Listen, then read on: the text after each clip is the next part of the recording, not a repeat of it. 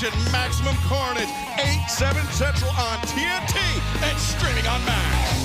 Maximum Carnage. Christopher Daniels, I will see you in a Texas death match. Kazuchika Okada, Tomohiro Ishii. The next chapter in the Okada-Ishii story will be written. You won this title? For the AEW Continental Championship. What exactly can you do to me? Oh no! That hasn't been done before. The Learning Tree and Death Riders versus Rated FTR, the Outrunners, and Powerhouse Hobbs. We will see you this Saturday night on Collision. Maximum Carnage.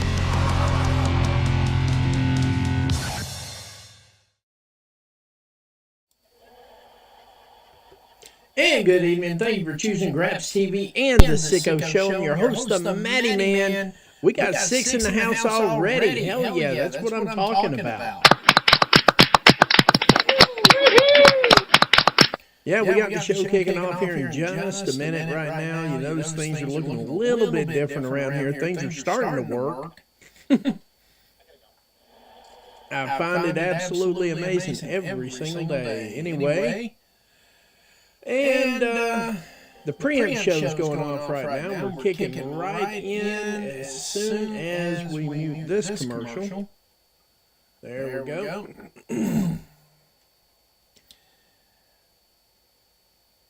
And whether we're going to do GCW or not, it's a little bit up in the air right now because it falls at 7 p.m. What's up, Stampede? I hope you're doing well tonight, sir. Good stuff you've been sharing here lately. Lots of reverb? What in the world?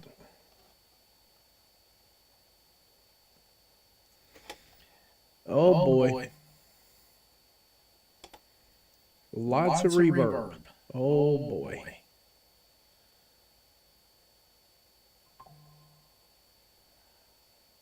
Uh-oh. Is it still reverbing? Oh my goodness. All right, we're going to work on that here real quick. Just give me a minute.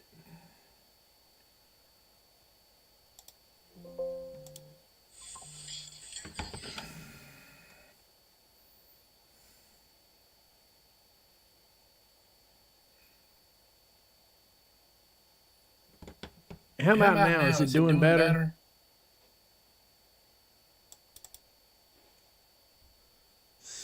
Here, microphone. How about now? Is it doing better now? Somebody kind of let me know. Let me know if everything's working out well. I don't know what's caused this. It's we've got some audio issues. I knew that was going to happen. Now I've got to figure out what's broken. We'll probably have to do it at the end of the stream. Uh-oh. Uh-oh. Uh-oh. Let's see here.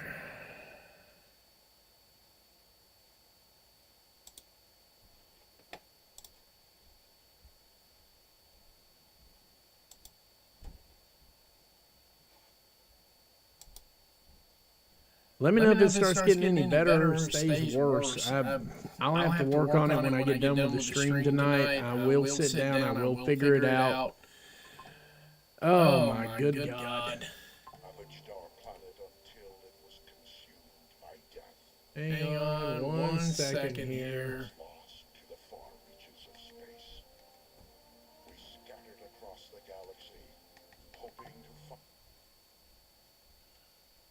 There we go. And they're kicking off with Hangman Adam Page. Good Lord. Guys, we may have to tolerate some janky audio tonight. I apologize. Oof. It's been crazy. It's been crazy.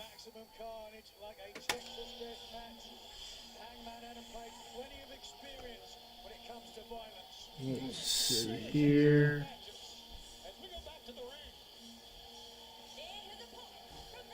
How about now? Is it doing better? Somebody just kind of let me know if I'm still talking into an echo.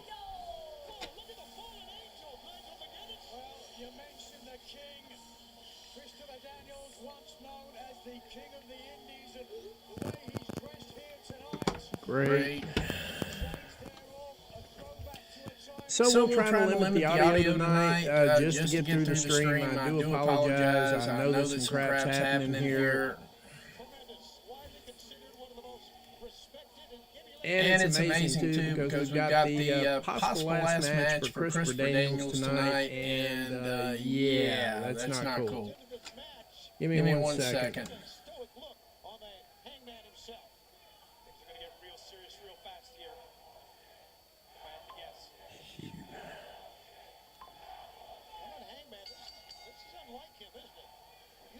Just likes to attack right off the bat.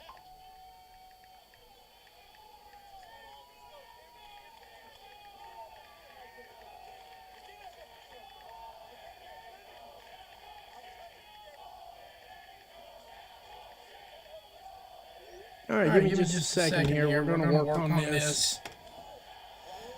At the same time, I'll try to work on the match. Give me just a second.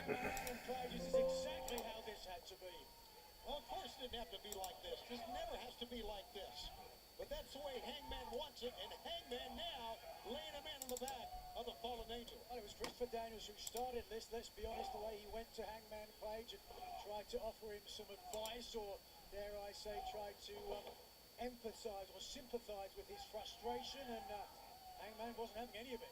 Matty tried to be a friend. What's wrong with that? Tried to be a friend. He's a fellow father, a family man.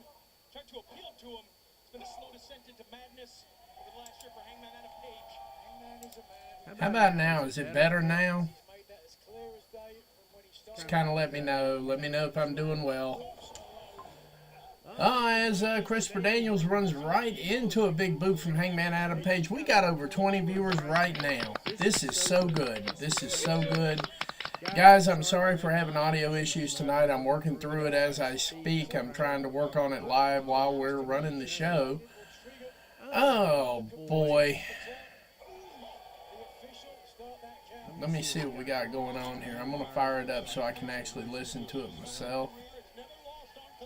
Let's see here.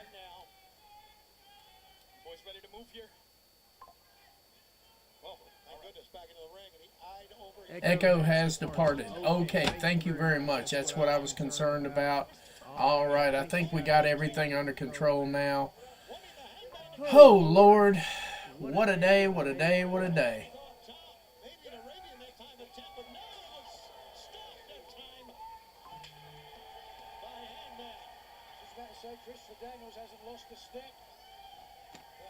Yeah. No, I'm with you on that one there, Steel Chair.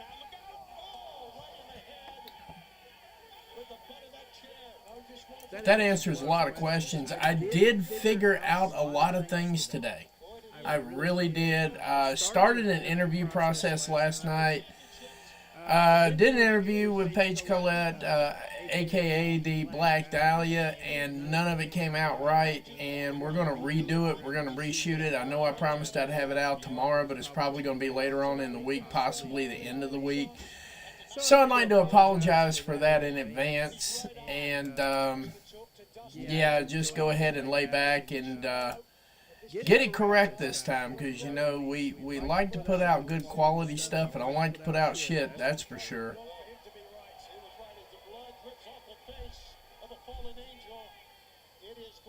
Oh, yeah. Oh, we're in the middle of it now, and Hangman Adam Page has out the barbed wire.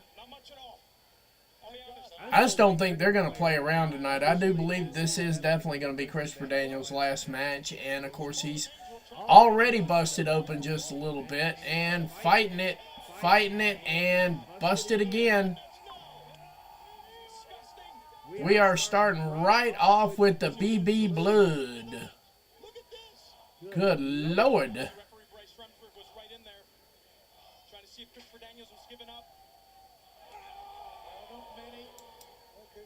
That's what we're going to do. I'm going to be right there to try to help you out still. It really depends on what time you're doing it. Like I said, you know, I got a date at 4 o'clock, and I don't miss that one on Sundays for anything. Anybody that would hang out with me long enough to marry me deserves my full attention when requested, and I definitely give it out, and that's for sure. It's not even a question. it would have been cool to have Samoa Joe. Yeah, I don't think AJ's ever going to get out of WWE, ever.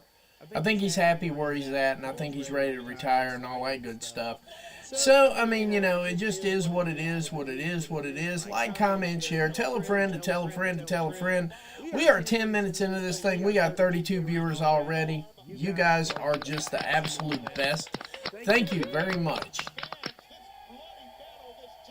Okay. We'll have to translate that into Eastern Standard Time over here. We'll get it figured out one way or another, Reese. We'll get it knocked out. We will. I'm also, like I said, I think I'm having a conflict as to whether I'm going to cover GCW tomorrow night because it starts at 7 o'clock because they are in the Hammerstein ballroom, and of course we learned from when AEW came through there that the trains stopped running at a certain point in time and everybody just bails out of the venue, and it's just a bad look all the way around. So I'm guessing GCW starts at 7 o'clock to make sure they can get done in time for everybody to catch the L trains or the subways, whichever one they got there. Subways, yes, New York, they got subways. Yeah, they're starting early so they can get their people out early. And I normally don't have a problem with that. I really did want to cover it, but like I said, my dates are sacrosanct. I'm not giving those up for anything. So we might be there around 8 o'clock. We might miss the first hour or so, something to that. Let's see here. It's 1. So you're 5 hours. So yeah, you're 5 hours. So yeah, we should be able to pull that off. It shouldn't be a problem. Yeah, we should be able to pull that off, no sweat. And I promise not to be long-winded this time. So, yeah, you know what I'm talking about. We know what we're talking about here. Oh my goodness gracious.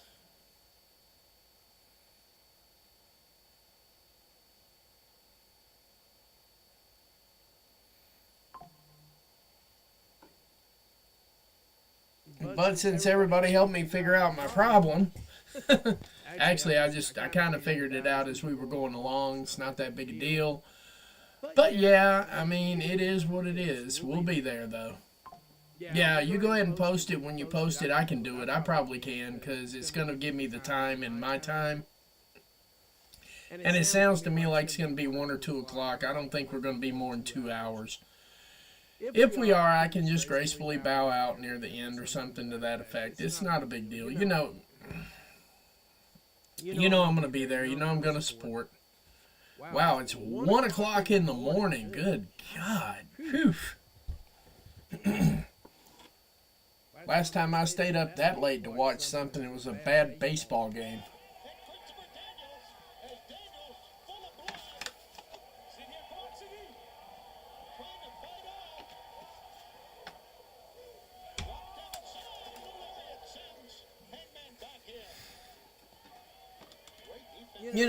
I kind of figured, Reese, now that we're talking about it, now that I think about it, Reese, now that that's a conversation topic and so on and so forth, I kind of think that Tony Khan was letting him go early because he pulled all the merch off the website, and generally that means, he doesn't want to try to make money off Phoenix. And Phoenix can take his merch to his own site and get 100%, by the way. That's the other reason behind that. So Phoenix could actually collect 100% on his merch and not have to give out percentages running it through AEW. So I kind of thought that was going to be the route that we went. And then, of course, Phoenix crashed out today, I heard. But he quickly deleted it. What up? What up? What up? What up? I think I fixed the sound issue that I thought I was having. So, well, no, I was actually having a sound issue, but I fixed it. I figured out what it was. Christopher Daniels bleeding like a sieve at this point.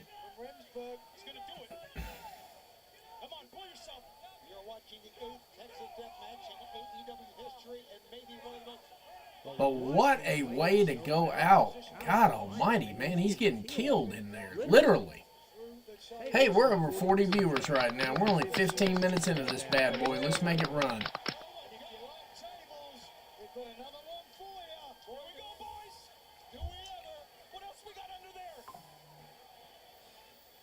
Well, I mean, I don't go that general thing. I'm a contractor myself. I do a lot of contract work.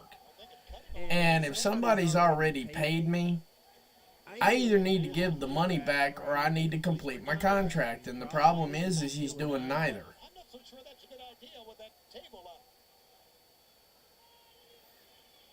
I mean, I would like for him to value the product too, but I don't think Ray Phoenix has got it to give back. That's the problem.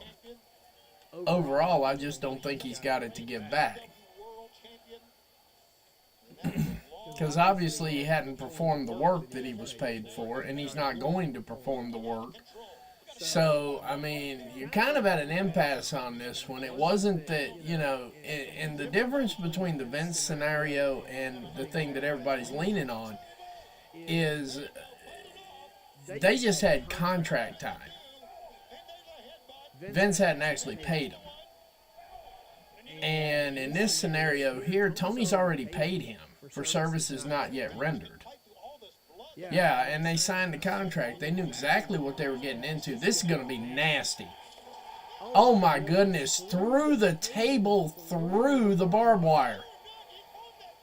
Hangman bleeding from the back like it was yesterday. Oh my God, Christopher Daniels just leaking like a sieve at this point.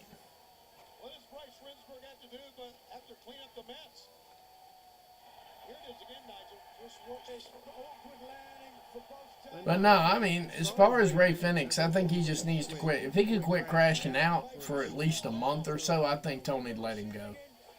Everything's already in position to let him go. All he's got to do is keep his sanity for about 10 minutes, and I think Tony will let him go. I think every time Tony gets ready to let him go, he does something stupid. At least today, he deleted it quickly.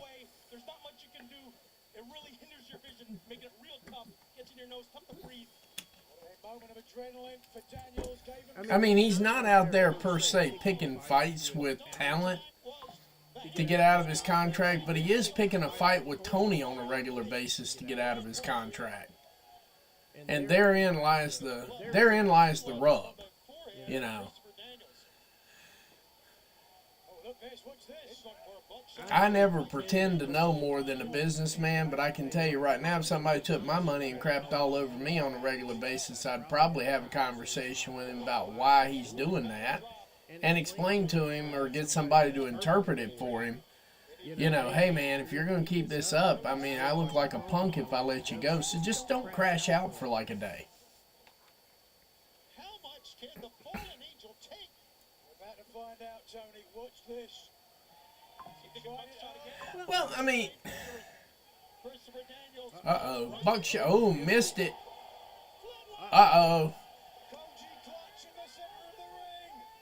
He's got him. He's got it locked in. He's got it locked in.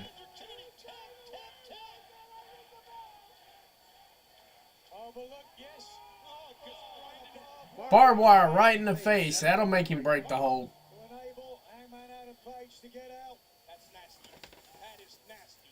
Both men said it before the match. Violence.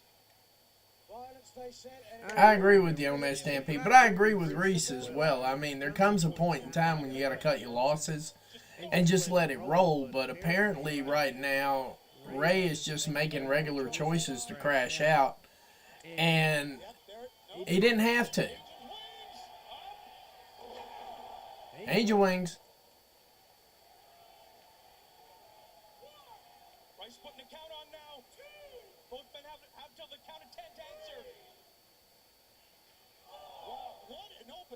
What a way to start this show off.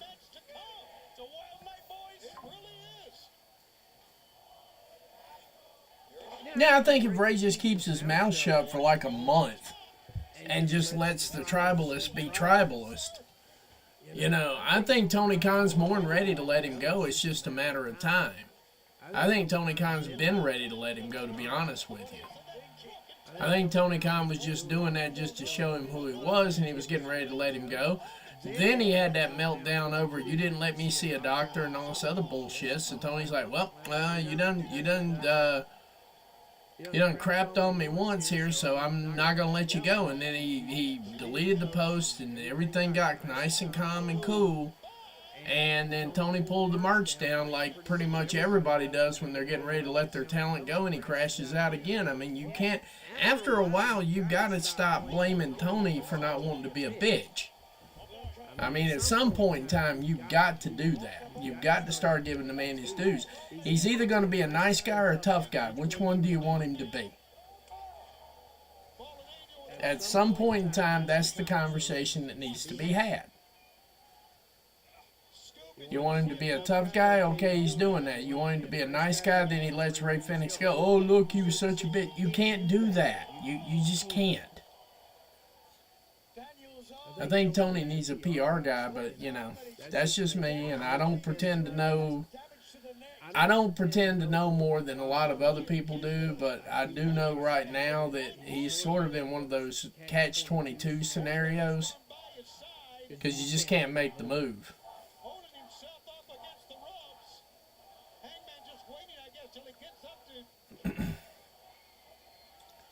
Is he going to dead-eye him right into the chair? Hell yes, he is. Dead-eye right on the chair.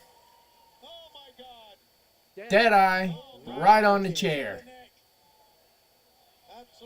I am so glad I did not look at spoilers. I'm so glad that I actively refused to look at spoilers.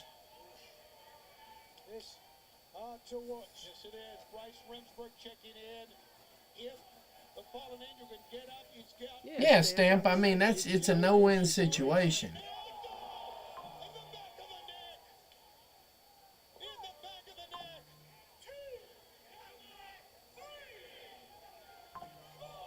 Is this it?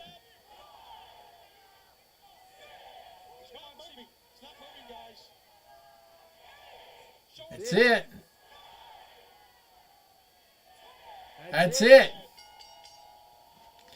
Hangman Adam Page going over top of Christopher Daniels. Let's say a fond farewell to Christopher Daniels. That was a hell of a career, sir. Glad to see it. Glad to see a final match with Christopher Daniels. Kind of grew up watching him and so on and so forth. We got 50 people in here right now, too. Holy shit. Thank you very much. Thank you, thank you, thank you. We got 50 viewers right here, right now, live and in living color. Let's see what we got going on here.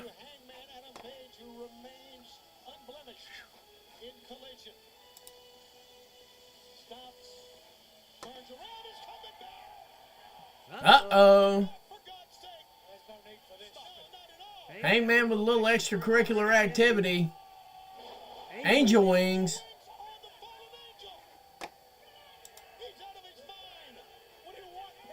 There we go.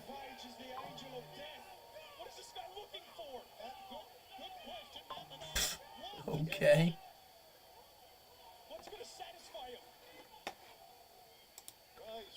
Now see, that's the stuff I like to see right there. Thank you very much, everybody. Thank you. That's the stuff I like to see. And of course, the medical team's looking at Christopher Daniels right now. It looks like he's yeah, he's got everything going on there, and Christopher Daniels going out on his shield in a pool of blood. Wow. All right, they're taking a break. We're going to take it with them here and we'll be back literally in about 60 seconds.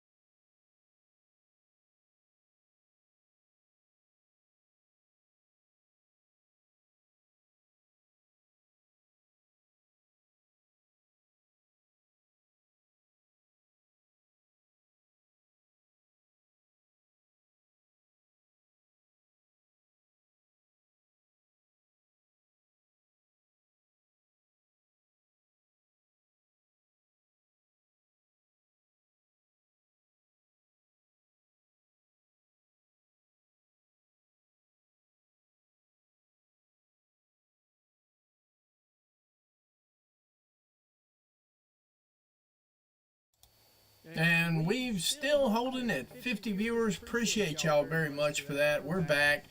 Waiting on the commercial breaks to stop here, of course, obviously.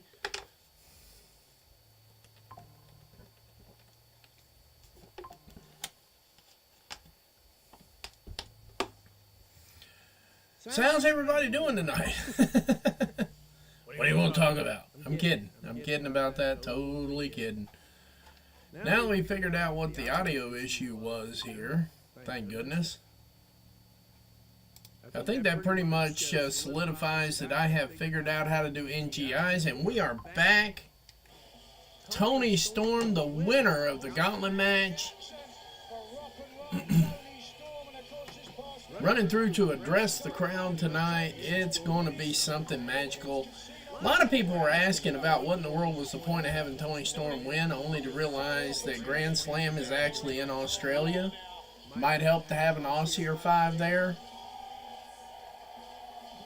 Toni Storm, on Wednesday night, you made history winning the very first ever women's casino gauntlet match.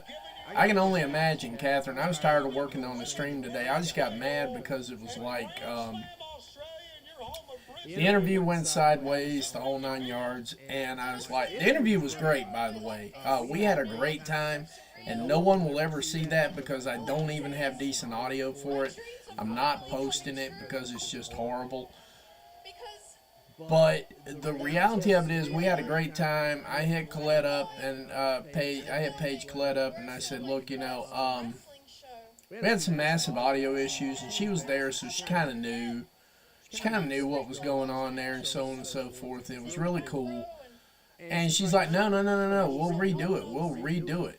And so, yeah, we're definitely redoing that entire thing. We're up to 55 people here. We're getting close to 60. Get ready, because I'm coming home. She is, Toni Storm is selling this rookie thing so well. World champion Mariah May, and that's an entirely different feeling. You know, Mariah May is the best in the business today. She's killing it. But I haven't had a chance to introduce myself to her. I was thinking next week, in Jacksonville, Daly's Place, the home of AEW. I think it's time that me and Miss Mariah May finally meet face to face. Tony. This stuff just blows my mind. It's like, I think it's time we meet face to face.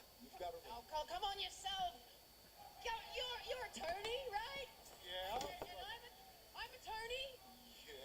You know what that means? You're a Tony, I'm a Tony, he's a Tony, they're a Tony. Wouldn't you like to be a Tony too?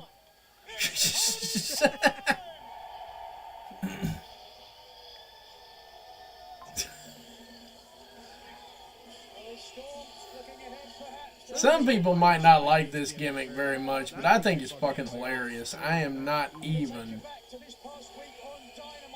We're hoping, you know what, Reese? I am hoping that this never ends. Go through the whole year, get the whole Rookie of the Year thing going. Oh my goodness. And of course, we're getting replays from Wednesday between the Briscoes and Private Party versus the Hurt Syndicate.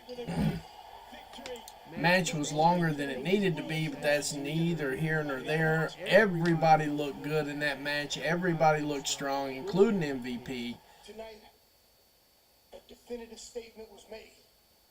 I'm loving the gimmick too. You know, I really am for right now. It's not, nothing she does is boring. The one thing I can say about the women in AEW, nothing they do is boring. I mean, it's not cookie cutter. It's different. You know? The definitive defeat, the ass whooping that they just put on Private Party, I think that makes us the #1 contenders. So Private Party, we came to crash the party. Next week, Knoxville, Tennessee.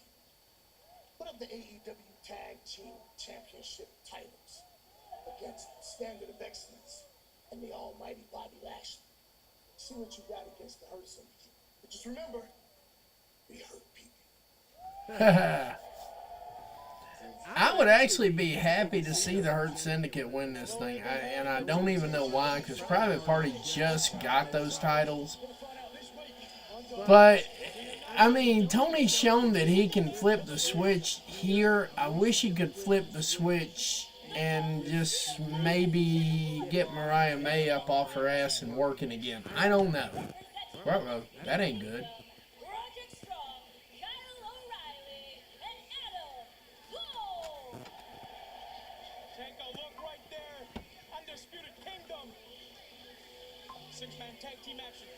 All right, six-man tag match kicking off here in just a minute. Undisputed coming around here. What in the world?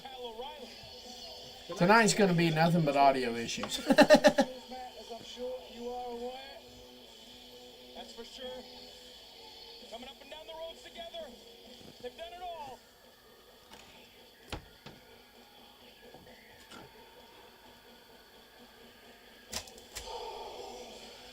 That is correct. They have proven.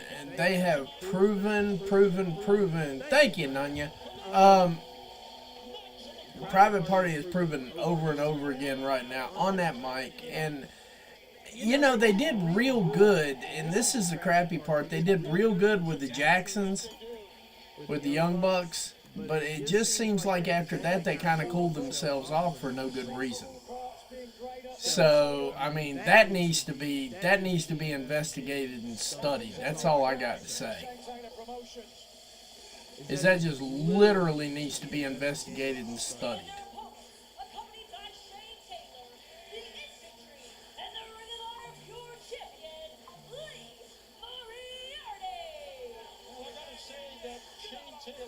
But if I've got everything going correctly, I would like to see Undisputed with those trios titles as well. I mean, one of the bad things about putting them on the Death Riders and then putting them into a main program like this is we've not seen the AEW World title and we've not seen the trios title defended in like for damn ever.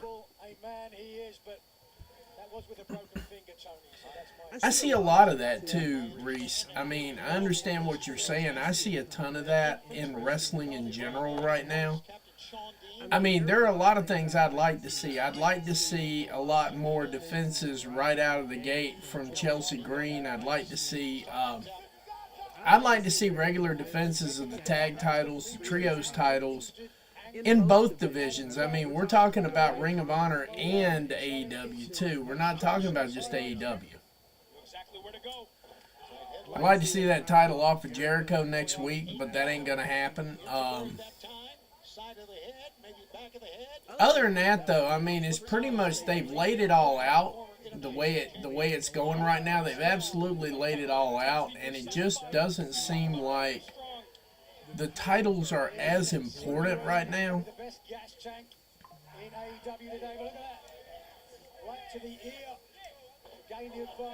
Yeah, Undisputed Kingdom needs a reset. That's a fact.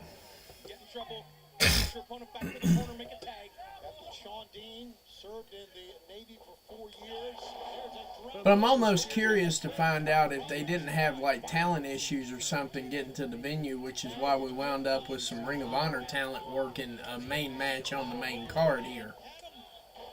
I mean, I know they're versatile and all that, don't get me wrong, but it just seems to me like we just saw them on Ring of Honor on Thursday. So that means they were working then, too.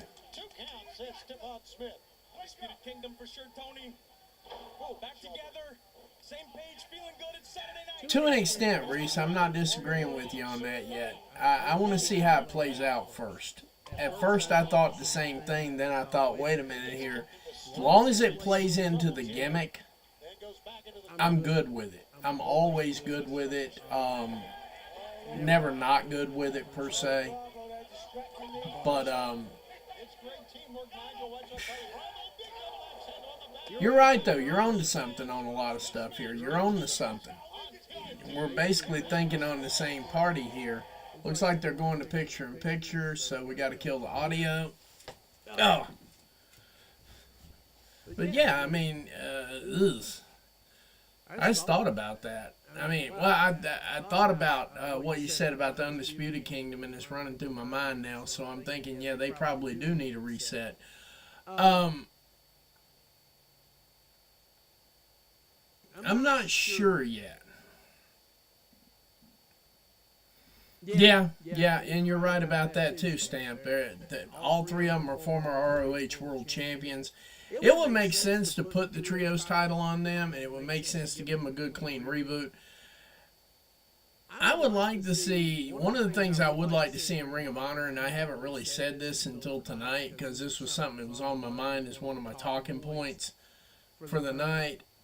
Undisputed Kingdom could actually be a pretty dominating force in Ring of Honor. They could have the Trios titles, just the Trios titles, not the tag titles. And you could have one as a pure champion, one as world champion. And that would be that'd be a hell of an angle to work into ROH, Ring of Honor, pretty well. That was what was on my mind for earlier today. I've had a lot running through my mind when I'm working on these things here because, I got to think about stuff to talk. I don't like dead air. I mean, if we're all going to sit here and watch and, I'm the guy that's going to be doing the talking, I prefer to do the talking. So, but yeah, that was on one of my tops right there. That would be, Adam Cole could take the title off of him. Roddy could take the title off of him. I'd be fine with either one as long as the title gets off of Chris Jericho because he needs to be put out to pasture. I mean, can we all agree on that? Can we all agree that Chris Jericho needs to at least retire from in-ring competition? I don't mind him running his mouth on commentary. I don't mind any of that. In fact, it's half-ass entertainment. But him with a title running around like that is just a big no bueno to me. It's just no bueno. All the way across the board. And people say I don't criticize AEW. So here I am criticizing AEW like I'm not supposed to be. But the reality of it is, what if Big Bill, Brian Keith, Chris Jericho feud with Kyle, Roddy, and Adam takes the title off of Chris? Either one would be fine with me. We're back to regular screen now. And this big trios match tag is made on one end, Captain Sandy in his hand, but here comes Adam Cole, taking care of both men, but watch out from behind. Back out. Adam is just really, really good. Running down Dean with another elbow. But could not fight off that pump kick, and Dean is stumbling in the ring. Got nobody to tag to. Once again up. I don't even want Chris Jericho in creative anymore because I've seen what he's tried to do on his own lately, and he's slipping. Some of this, you got to understand, they got rid of what's-his-face, the one that actually came up with the gimmick, Jimmy Jacobs. It may take a little while, Takara.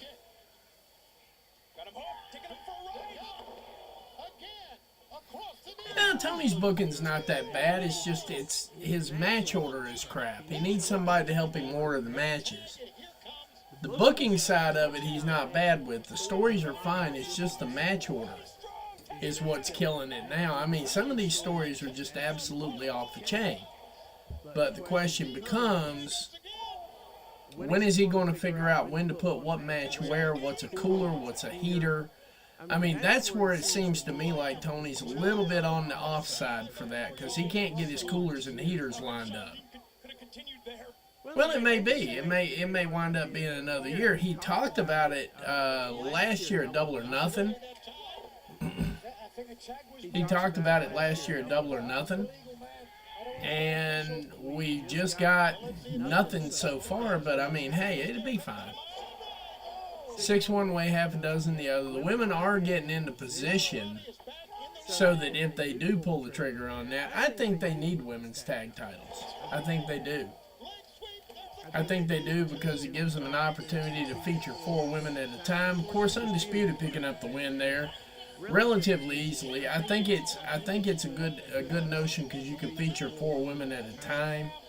And you could actually bring in, see, here's where the tag titles work out.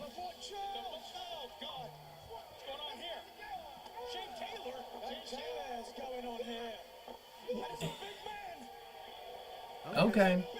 I don't think he has a problem with creative. I think he has a problem with match order. That's just me, you know. He can gain a million. He can gain a million. They're getting a million right now. Whether, I mean, this is the problem with the ratings discourse.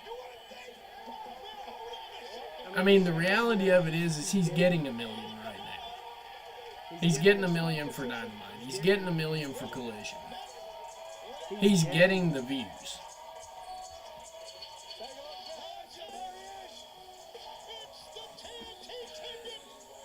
They got a little bit of room for improvement there. But like I said, you know, mainly if we had our match orders correct, if we had the coolers and the heaters where they belong, and if we had our timing down pat and you mixed it with what he's already got, I think they would do well.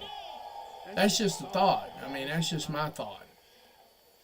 But, I mean, everybody's got a thought on it. Just the thing about it is the ratings discourse is just... AEW is getting plenty of views.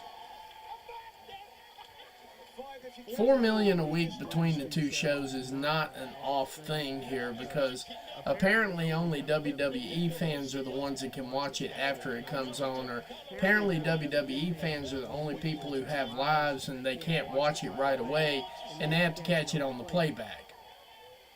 You know, I mean, the ratings discourse is just, it's getting to the point now where it's ridiculous. Tony gets millions a week. He gets millions of views. That's why I look at people when they start talking about AEW's in the mud, or, you know, what are they going to do? Are they ever going to get their... They're getting it. And they're getting it in the same fashion that WWE gets their numbers. WWE gets their numbers immediately. That's fine. AEW gets their numbers over the week.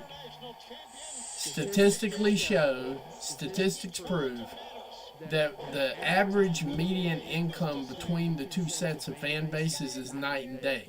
That tells me a lot of AEW fans work for a living. They got to catch it when they can catch it. And they work at jobs that necessarily have them working during the times the show's playing. Yeah. See what we got here. But we both know each other from Don Callis. That's our link, that's our tie. Between me and Kenny, it's always been about egos, but I'll be honest with you. I think this is bigger than both of our egos, and I think it's time that we had a chat, so. Next week on Dynamite, I'm calling out Kenny Omega. All right, Will Ospreay saying he's going to call out Kenny Omega next week on Dynamite. Will Ospreay calling out Kenny Omega for this coming Wednesday, and we will be with you on TNT and Max at that time.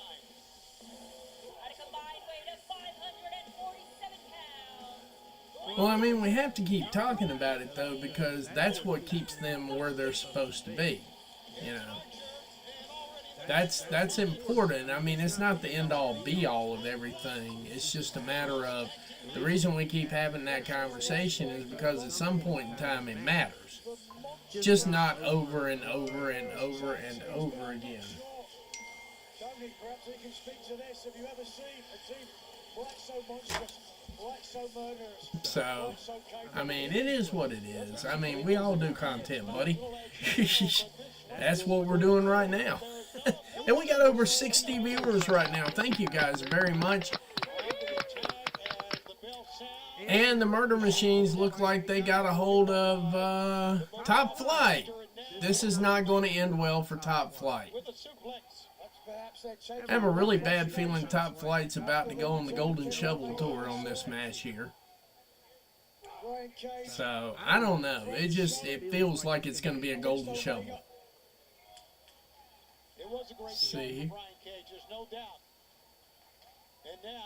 All right, tag in, and of course slamming him through the corner, whipping Brian Cage into the corner on top of him, throwing him out there for backbreaker, boot to the side of the head. Not a bad chain right there, not a bad chain.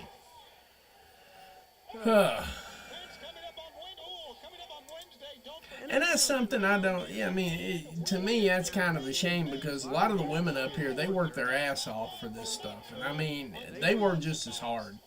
And some of them move just as fast. I think it's going to take probably another 3 to 4 years before people start accepting that women can actually do that at that speed on that level. But it's going to take a whole lot more of like things like AEW, NWA, things like that. Man, 6'6", 275 pounds, moves like a cruiserweight. And it was close to making a tag that last time as Darius had reached out, but Dante could not reach in, and Dante is still down. So, oh, we're actually over 70 now. That's great. The Gauntlet, the AEW, what are we talking about, did 300K. Now that thing did almost 700K, did almost 630 on linear television, and God only knows what it did, you know. I mean, it did a lot more than 300K. I mean, this week's Dynamite was not a 300K Dynamite. It was like 6 something.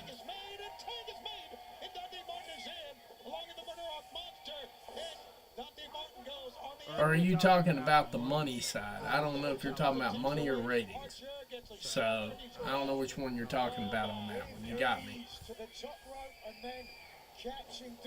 What's up, Steve? What's up?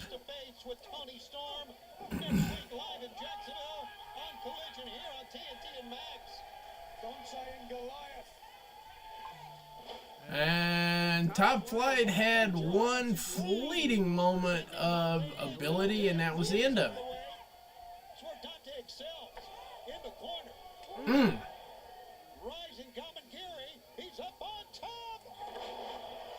That was something.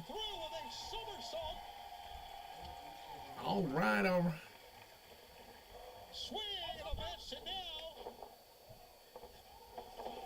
I don't care about the linear stuff anymore that much, but yeah, I mean, in Kenny it was 861K.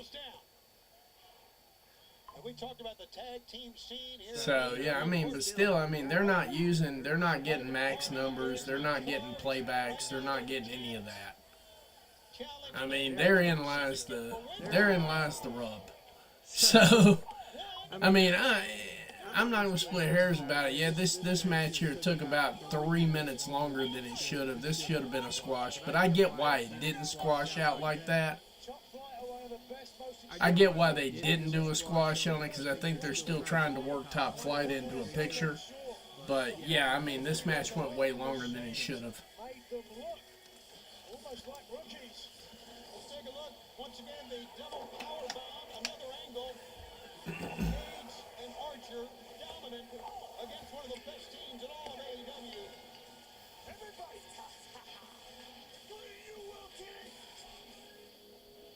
All right, there was some parting shots from the Murder Death folks. And, of course, here comes Action Andretti. And he's walking out the heel chute.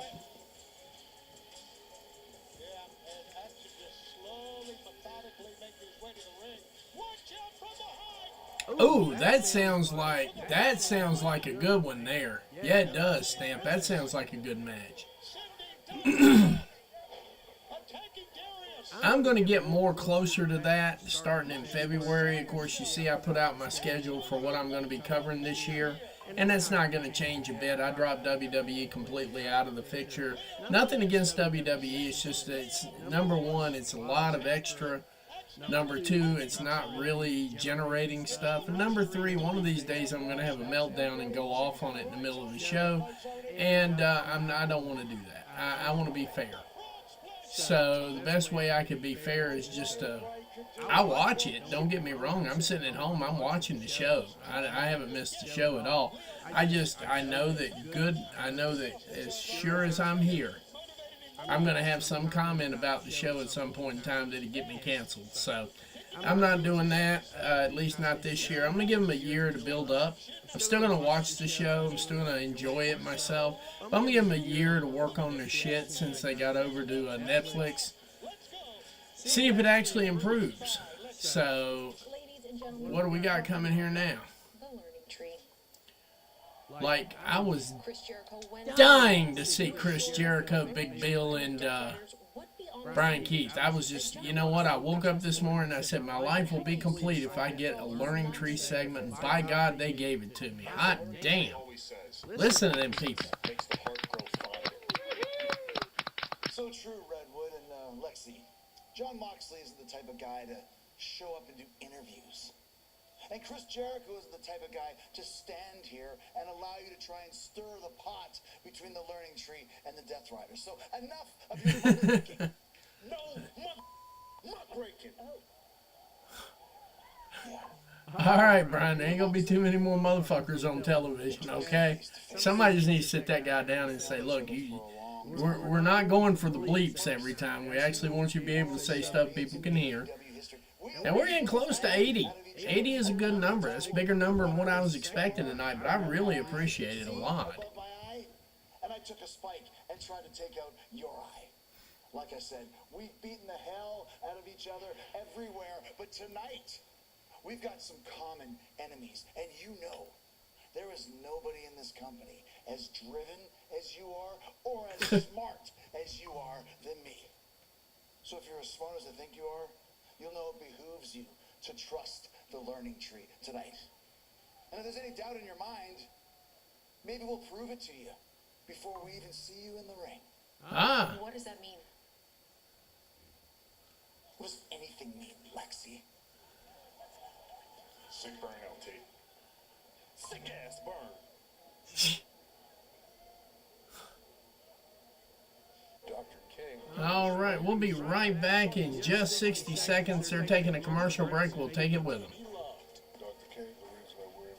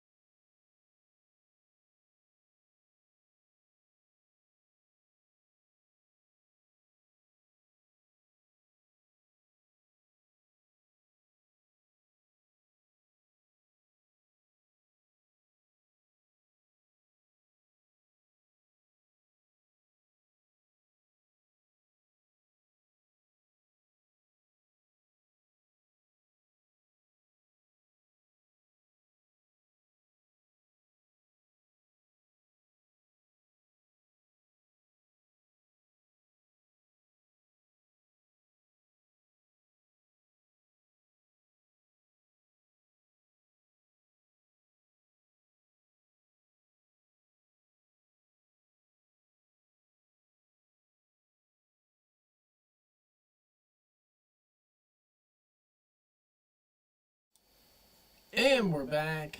I have to take that 60-second break every once in a while. What's up, El Mundo? Stampede, you got the right idea. Big Bill is the one to watch.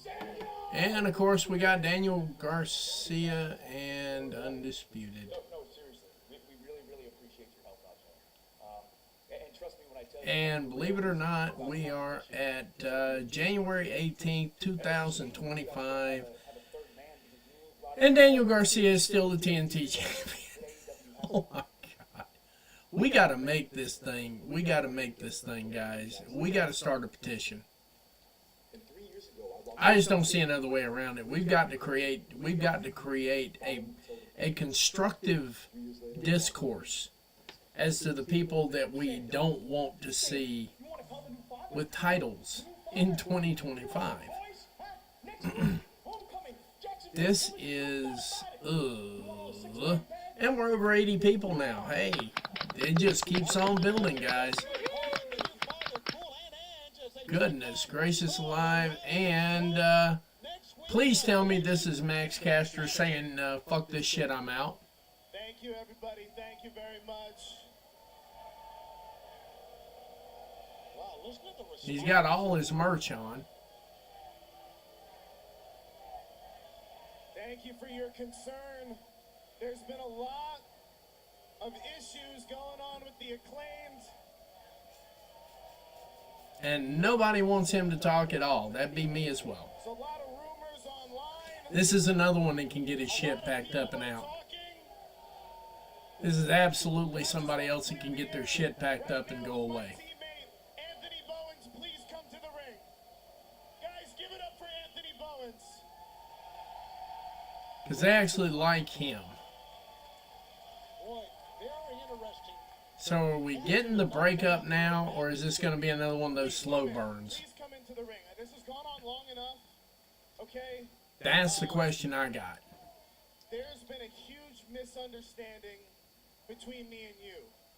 Okay, we are a great team, and more importantly, we are great friends.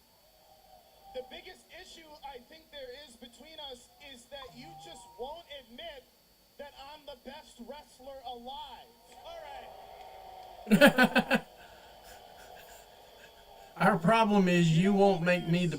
I think it's finally time for you to listen, pal, because for the last 5 years, Wow. I've tried with every fiber of my being to protect you in the ring, to protect you in the locker room, to protect you in the media, because we were tag team partners. You became my best friend.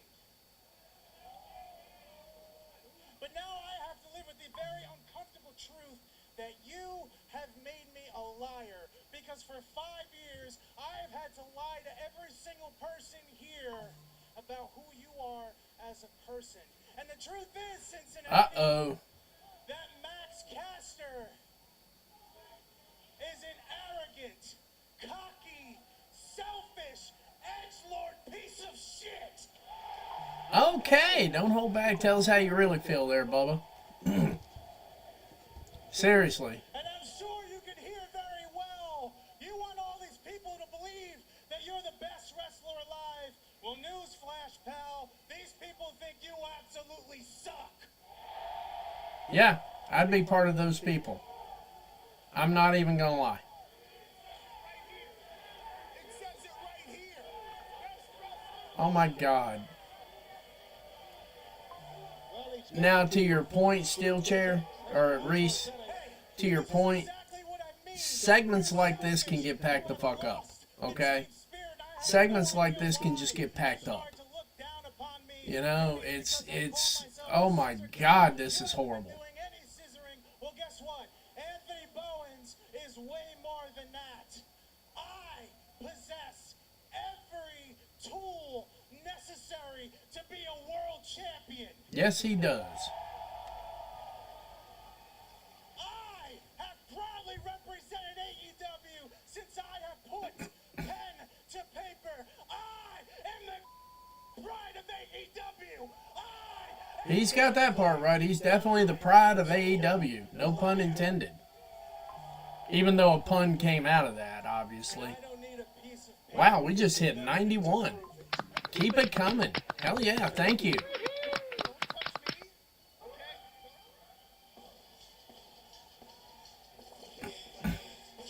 I'm guessing Daddy, yeah, I was going to say, I'm guessing Billy Gunn will be coming on out to finish this thing up. Yeah, this whole segment just needs to get packed up. It really does. And Tony, I have a feeling one of your guys is listening right now because I just saw it. Yeah, they rode by to check to make sure I'm not doing anything copyright, so they have to go back and clear it. But I'm here to tell you right now, my guy, this ain't that, okay? AEW Tag Team Champions, we were Trios Champions, and we got everybody to scissor just because it was cool. You don't care about us, Billy. You attached yourself to a couple of young, hungry wrestlers like me and Anthony Bowens just so you could hear these people chant your name over and over again. You made it about you when it should be about me, the best wrestler alive. Yeah, this segment just needs to get packed the hell up. This is horrible. That's why I'm not really saying anything about it. I wish this would go away. Tony, break this shit up. Get rid of Max Caster. Send him back to the Indies. They booed his ass in the Indies. I actually had one. Max Caster did an Indie-rific show here about October of last year. And when he came out, everybody was like, shut the fuck up. Just right away. As soon as he got ready to open his mouth, the whole crowd was like, shut the fuck up. Hey, okay, Anthony, I'm not doing this. You gotta choose right now. It's either me or Billy. That's not even a hard call. Get the hell out. Bye. Go away. You make that choice. It's me or washed up Billy Gunn. We'll go with washed up Billy Gunn.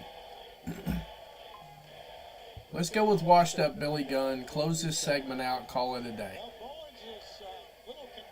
Oh my God, this is horrible.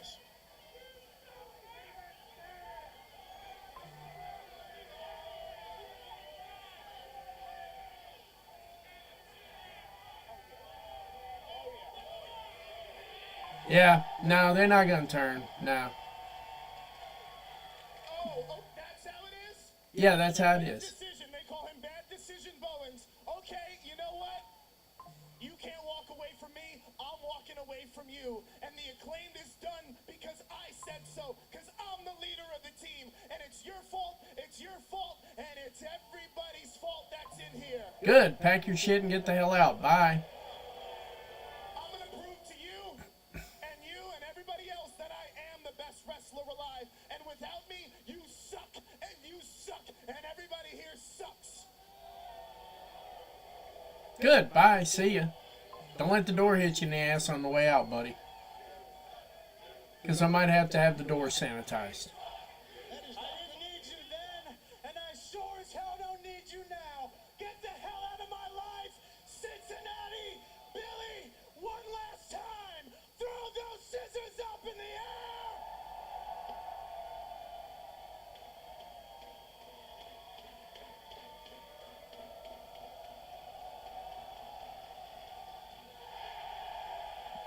And the scissoring goes on without Caster. There we go. See ya, Max. Hit the bricks, bitch. Bye. Go be a bag boy. Strickland took part in the Reggie Jackson Mr. October Foundation Celebrity Golf Classic recently. He was there with Travis Scott, former Cowboy running back Emmitt Smith, DJ Khaled. Khaled, Khaled. as well. No More Acclaim makes me just really damn happy. In fact, this is what I got to say to that. No more Acclaimed. Hallelujah. Was announced it will be you, Ricochet, February Uh-oh. 5th in Georgia on Dynamite. Until then, what is your strategy heading? Respectfully, the longer we waste time, me and I here talking with you, the more time the Ricochet has to get away from us. Now this game of cat and mouse knows more lion versus rodent. It's going to Now, see, why don't he put that jacket up? That would do, if he put that jacket up on freaking AEW's website, I bet he'd sell it. I bet that would sell like hotcakes. Now I've been cursed with this ability that everything that my hands touch dies. With that being said, I plan on using it when I get my hands around your throat. Swerve says he's going to commit a 187. What a match is going to be coming up at the Gateway Center Arena in Atlanta. And ladies and gentlemen, this is the match I've been waiting for about 3 months now. Kazuchika Okada and Tomohiro Ishii. I'm hoping to God we get a good match out of these guys. I really am. I'm hoping to God we get a good match out of them and not just a chop fest. Not that there's a problem with a chop fest. But I don't think Bowens is going to join the Hurt Syndicate, and I don't see that one happening. I really don't. I think that certain things are a good idea. I'm not 100% sure that would be good for morale or anything. I want to see Anthony Bowens just go out on his own, be a singles competitor. I'd like to see him in a lot of title pictures between now and the end of the year. And I would like for AEW to show the world how you handle the scenario that Anthony Bowens is in there. And I have absolutely no problem with it at all. Some people do, and I don't care. That's just stupid. It's wrestling. But I don't know that would be able, that you'd be able to suspend disbelief to have him in there. So we are going to have Kazuchika Okada and Tomohiro Ishii live and in living color going for the Continental title. The title is on the line, 20-minute time limit, no accompanies, no managers, no outside interference, just two men rocking and rolling in the ring defending this title. I am here for this. Absolutely, I'm here for this. But yeah, let's one more time before this match gets underway. Shout out to Max Caster hitting the fucking bricks. I mean, just shout out for that. I'm here for that all damn day. I really am. I'm here for that all damn day. No questions asked. 70 times as a team and have had some classics against each other. Here's another one we hope here tonight on Maximum Carnage. Look at Okada backing away to slow things down. Yeah, Nigel, They're already slow. Talking about slow things down. Come on, man. Get him, Big Tom. and once again the Continental Champion Get him, Big Tom. to the ropes. Okada now finally locking up. You know, a lot of people talk about the match they had at the G1 Climax in 2016. It was rated a 5-star match. It was one of the great matches. Oof. Tomohiro's like, Big Tom's like, I ain't putting up with that shit. Let's go. Fight me. And a ring to the eyes by Okada. Big shoulder tackle. Takes Okada clean off his feet, flat on his back. Showing him jelly rolls because he ain't been in the ring in a damn year. Feels like. I'm kidding. You know. In any continent, in any country, Come on, let's get it. Okada takes the low road. Right in front of us. Okada gets his butt out the ring to walk around for a minute and have a conversation with himself about life and life changes. And look at this, giving him the advantage. Sure did. Oof. At least. Big Tom with another solid shoulder block after bouncing him off the guardrails. We're almost at 100 viewers right now. That's what I'm talking about for a collision. Holy crap, what a good night tonight, guys. Sorry about the audio issues ahead of time that started off the show. We got them fixed. Everything's working now, and I figured out what I did wrong. So with that said, we're going to do a little bit of extra stuff for next week. And for the shows that we're running next week, we're going to try a couple extra things here because I have finally gotten the ability to port in video, which means we might have a co-host. If somebody wants to come hang out, we might have a co-host. And I'd be down for that.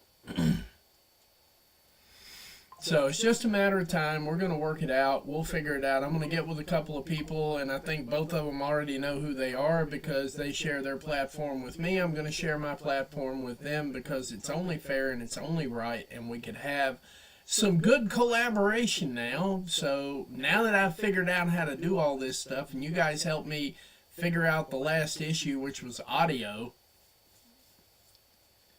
I think it's safe to say that we're going to start doing co-hosts on here. We'll have like a one show a week where everybody can where the people can actually show up, and it's not an inconvenience on them, and they haven't worn themselves out doing other stuff. And once we get there, we're going to start doing co-hosts for this show. Yeah, and yeah, I think the two people that are right on top of my list know exactly who they are. There's a couple of more in here that I wouldn't mind having on as weekly, like, you know, guest co-hosts and things of that nature. We're getting there. It's baby steps. You know, it's baby steps. And Big Tom over there looking like he's in a little bit of trouble here. I'm hoping it's not anything bad. Looks like we might very well have... Now, this part of it right here, I really wish that I had looked ahead to the spoilers on it because it looks like we got an injury. Big Tom trying to finish the match up, and I think, oh, he just spiked DDT'd him, and Tom couldn't even do his headstand. And not enough for 3, though. Not enough for 3 just yet. They're going to keep working this match. But, yeah, I mean... yeah, that's what I'm saying. I'm going to start having guest co-hosts on here and so on and so forth. I'm going to change up the layout and everything. We'll get us a really nice, comfy layout. I'll get all the match cards in there and everything, and I'll have a screen for each side of it. And I think life will be good. I really do. I think life will be fantastic from that point. And we shall go from there, but we will practice this thing, guys, because you know what? I'm technologically sound, but I have to learn the hard way, which means I have to figure it out as I go along. I'm very good with technology. I had a professor back in the day in coding class that taught us how to think like a computer on the 7 levels of execution. Execution. And wow, we just hit 100. Hell yeah, thank you. Yeah, you can see the right knee take to Ishii. He tried to protect the right knee. I'm ready for that one too, Stamp. We're going to be covering that live too. The Windy City Riot, we're definitely going to be covering that with Gabe Kidd. That match was not bad. That's what I was hoping to get out of this. I hope he's not legit injured. I really do. I mean, we're still planning. We're still shooting for February 5th to be there. And, neck breaker.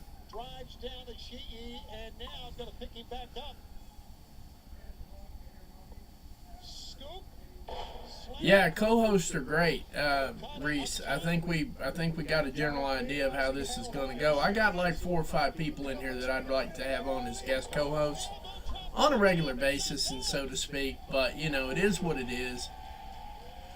Oh, like, comment, share, tell a friend to tell a friend to tell a friend. We've got 45. He caught that middle finger and gave him one of his own. Yeah, I'm ahead of you, Tony, by like a country damn mile. But, yeah, we're going to start doing co-hosts. I think I've got everything figured out for the technology part of it, and I think that's what we need to do. Spice it up a little bit. You know, have like extra people, extra ideas, extra talk, things like that. Plus, it gives me a minute to take a break and actually breathe and not do all the talking for 2 hours. And if you were there for the Wrestle Dynasty and Wrestle Kingdom streams, that was basically 11 and a half or 12 hours of nothing but talking. You know, 12 hours of talking in 2 days is a lot. Rainmaker just missed it. Big headbutt from Big Tom. And Okada answers with a huge elbow. Didn't work. Oh! Big ass headbutt from Big Tom. Tom handling his business right now. Oof!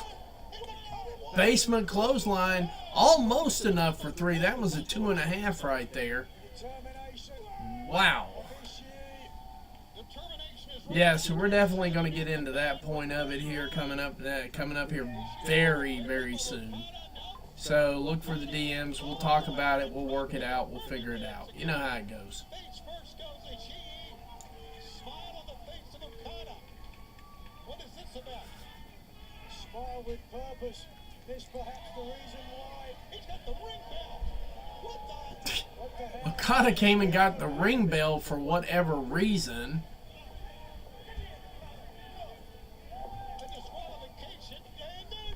Oh, low blow while the referee wasn't looking. Rainmaker out of nowhere. Looks like he's going to put it away like that. And Okada picks up the 3 count with the cheap shot. But, you know, he's still doing some cool heel tactics. Still using some good heel tactics to get the job done. We are at 100 viewers for a Collision on Saturday night. Is absolutely phenomenal. That was, guys, you're making my day here. Oh, Gates. Division 1 athlete. Come on, we ain't here by accident, sir. We are some of the best of all time. Every time we showed up, we showed out. But next week, we finally start the run of a lifetime. We're coming home to Daly's place. Send the best you got. Gates of Agony going to be live at Daly's place next week. Give us just a minute here. They're taking a break. We're going to take it with them here. We'll be back in 60 seconds.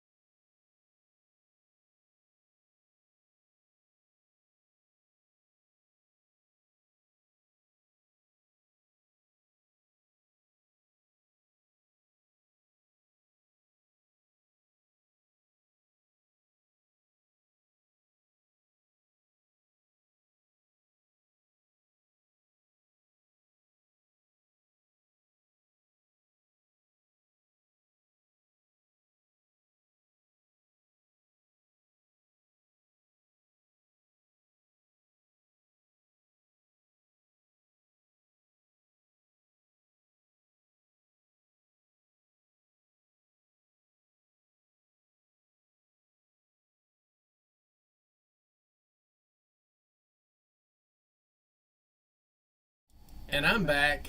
You know what, Stamp? You're absolutely correct. Gates of Agony are a team with a huge upside. You are absolutely correct on that. Bishop Khan actually follows me, and I'm grateful for that. And they're back. Hang on a second. Looks like Dustin Rhodes is getting ready to have a match here in just a minute. But yeah, he's been following me for a little while. I think they would probably be people who would do better.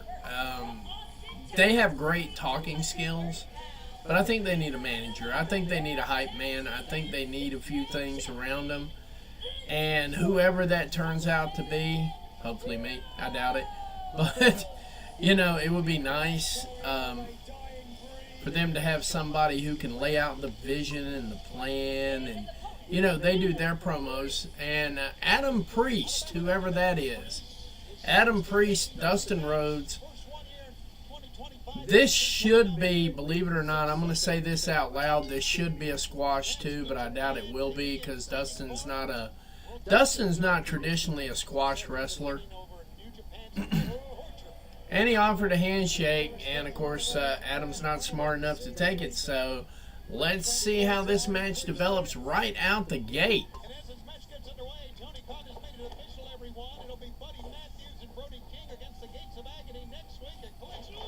Oh my God.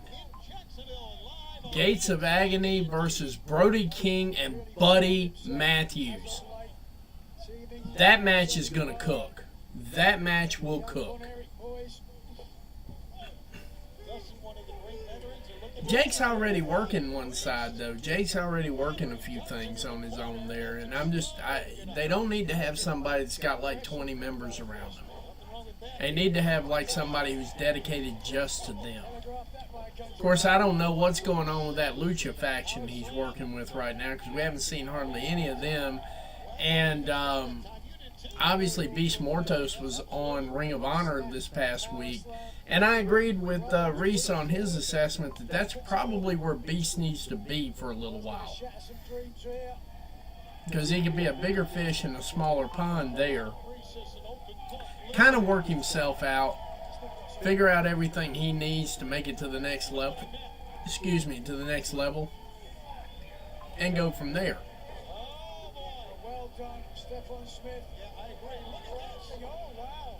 Cheap shot from the new guy.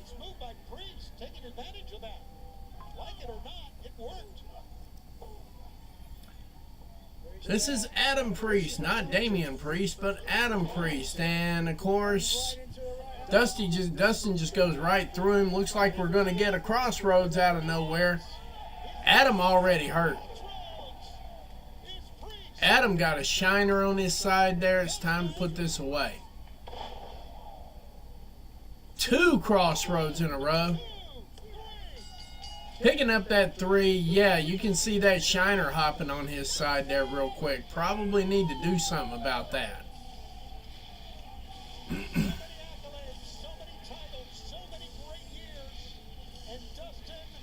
Dustin Rhodes picking up the reasonably easy win.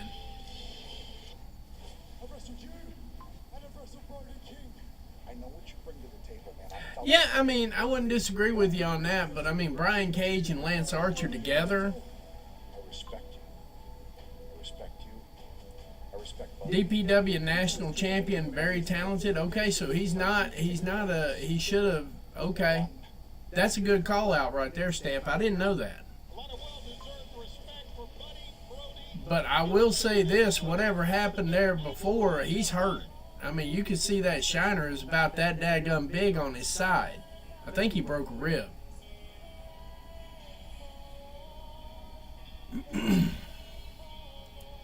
Ladies and gentlemen, for your viewing pleasure, Julia Hart making her way to the ring right now for her match with Harley Cameron. This entrance is fire. This entrance is absolute fire. One of the main reasons I kind of fell in love with AEW, first actual show that I watched had a Julia Hart entrance in it. And everybody thinks I've lost my mind when I say this, but she's a damn student of the business, obviously. And I'm not saying she took Undertaker's entrance, because she didn't. I mean, you can't take that. But her entrance is so reminiscent of an old-fashioned Undertaker entrance. It's eerie. She doesn't say anything. She just walks right in there and stares a hole through you. And here comes Harley Cameron, the woman who never saw a second in the world she couldn't make better. She maximizes every second she's got on television, in the ring, everywhere.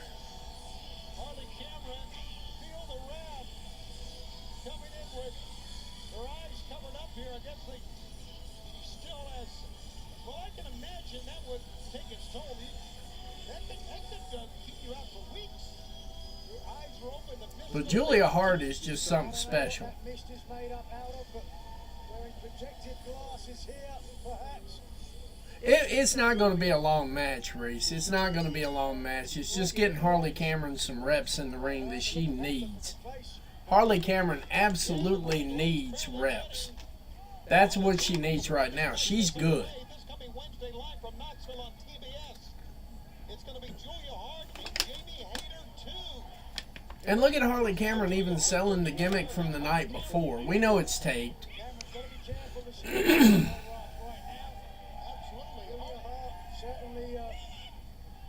Capable of doing the exact same thing.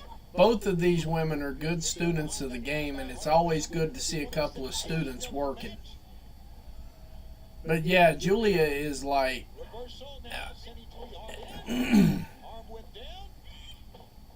I mean, it's just something about her. But the very first AEW show that I actually sat down and watched, honest to God, Julia Hart made the entrance. It was like first, second match. Can't remember what it was, and I was hooked. Julia Hart was the main reason I got hooked on AEW. Just that entrance alone, and I hadn't seen the House of Black yet. But that entrance alone hooked me. As an old-fashioned fan, old-school fan. I think some time in Japan would definitely help Harley, and I think that's probably what's next on the list.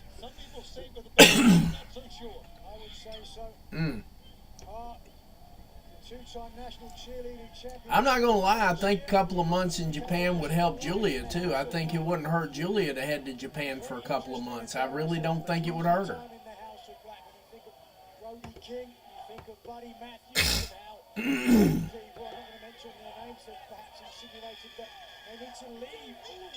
But I mean, look at even how Harley's got her eyes made up to kind of gimmick out what happened the night before too. I mean, she's putting effort into everything and in character development and everything. They're doing the picture-in-picture thing here. There we go. She's doing everything she can, even in character development, the whole 9 yards. I mean, she's killing it. She's killing it from that standpoint. She's killing it from a lot of other standpoints, too. I mean, and, you know... Yeah, definitely. I would like to see Harley in the 5-star this summer or next summer. It doesn't matter to me. I'd like to see her get in there and get some development. I'd like to see her go through. If she went through the same thing that Anna went through, if she went that route, I think she'd come back really good, really strong. And she's getting reps outside the company anyway. I mean, we saw her in MLP, and what in the world? Okay, that's cool. But anyway, no, I mean, the only thing needed to get Harley Cameron up to at least mid-card level right now is just repetition in the ring, and that's what she's getting right now. Getting regular matches, working Ring of Honor, working Dynamite, working Collision, working outside of the company. She needs to get reps. If she got reps, I think she'd be okay. I think she's going to make a very good wrestler. I don't know that I see her in world championship pictures yet.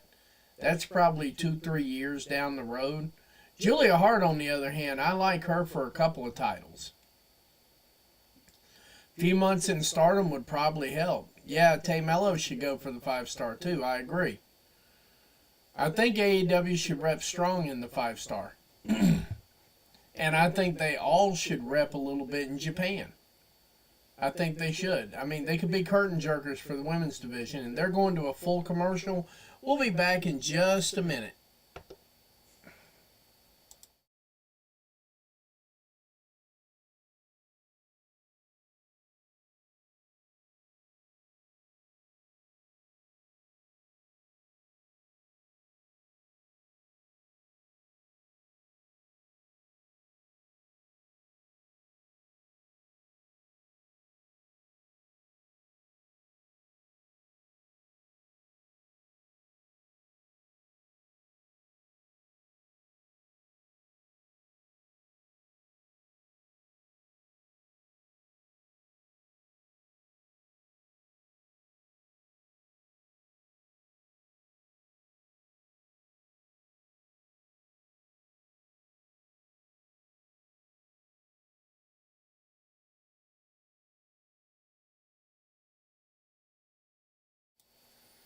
And they're back. Wait a minute, I ain't got no audio here. There we go. And Harley Cameron being very, very physical in this matchup. And rightfully The other thing Harley needs to work on is that clock that's in her head, too. I can definitely see that still. I mean, she needs to get rid of that clock. Offensive maneuver. Cameron was looking for instead. Julia Hart transitions. The Iron Octopus. Uh-oh. Julia Hart with a submission hold. They called it the Iron Octopus. For Harley Cameron to get up there and force a break. And I, for one, don't know if she's going to make it. And Harley just forces the break on that. Harley threw her off. Cameron I haven't seen a lot of Tay Mello yet. You got to remember, I've just barely been watching the product for a year, and I'm almost caught up with the 2 pay-per-views that they've got available out there. got her caught in the corner, and now Julia Hart. She probably would once she got up to pace with it. Hart had a smile on her face early on. Face first. 1, 2. Not enough for 3, though. Julia not able to put Harley away just yet. Oh, that was almost a 3. Okay, a switch just flipped in Julia's head here, and she's getting to be... Harley getting to the ropes quickly. Harley Cameron got to the ropes.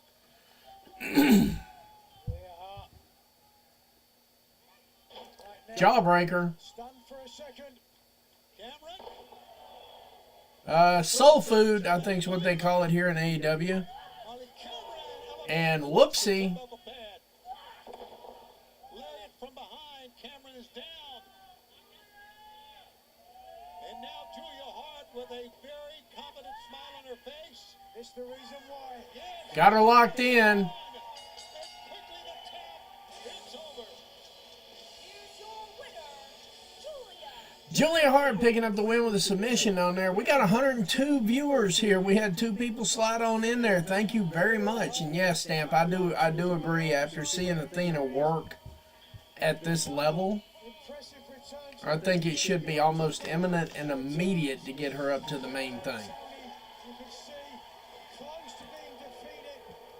It was Zaz's own son Hook who could have been on the receiving end, but instead, the look on Christian's face said it all. Samoa Joe coming to the ring, causing absolute chaos, taking out all. Now, can we just get Samoa Joe out here in a match? To this. Coming up Wednesday on AEW Dynamite, Samoa Joe returns to action. Against Nick Wayne. We got Samoa Joe and Nick Wayne for Wednesday's Dynamite. Wayne of the Patriarchy. That one-on-one matchup. Whoa, wait a minute. What? I've been told something's going on backstage. Sorry. Let's go backstage now. What you gonna do, Hi, guys. That's Hobbs. Hobbs is down. Powerhouse Hobbs getting beat to death by a baseball bat with Jericho. Well, you okay? We need some help. Need some help. Are they going to another commercial? Yes, they are. We'll be right back in 1 minute. It's a lot of commercials kicking right here. We'll be right back in 60 seconds.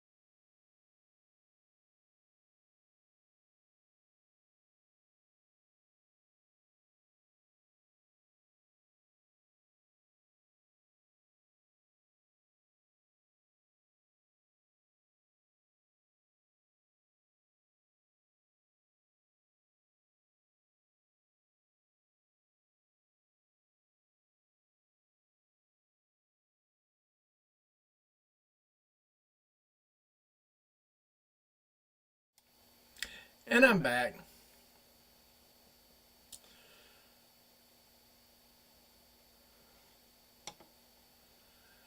I don't know. Yeah, I think Thecla's going to stay in Japan for a little while anyway. Samoa Joe versus Nick Wayne. Okay, yeah, Nick Wayne and Samoa Joe, that got your interest. It's got mine a little bit. But I'm not 100% sure yet how I feel about it. I'll probably have a thought on it tomorrow, something to that effect. We're at 105 viewers. Tell a friend to tell a friend. We only got about 20 more minutes left of the show, but, you know, hey, it's fine. We'll take them. Come on in, kick your feet up. We're having a good old time here. It's a party up in this place, guys. Let's see how we're doing.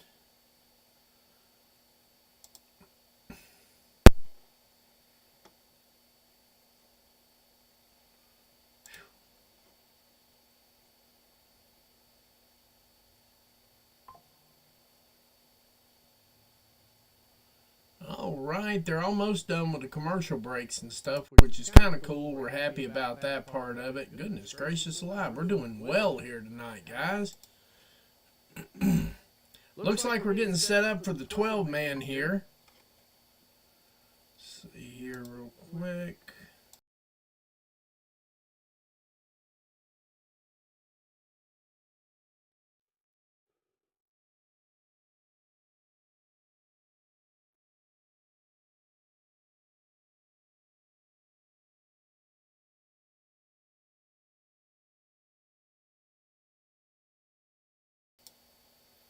And we got Rated FTR and everybody else, with the exception of Powerhouse Hobbs. I don't think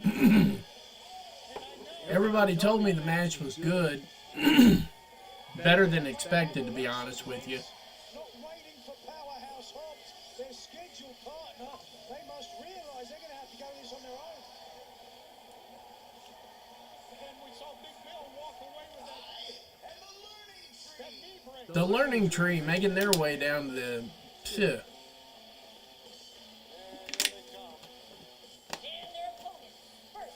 And I agree with you, Catherine. That might be a whole lot of... And see, here's what I call a WWE effect, Reese. Athena probably remembers her time there. And, you know, there have been a couple of discussions backstage in the women's locker room, and it could very well be. Oh, yeah, everybody lost their shit over the match, which made me more interested in it. Anytime people get mad about something, I want to see it. I want to see it just to be spiteful a lot of times, and I realize people can say that, and if they want to say that, it's perfectly fine with me. I don't mind. I can live with that. And now, the Death Riders. Oh boy, here they come.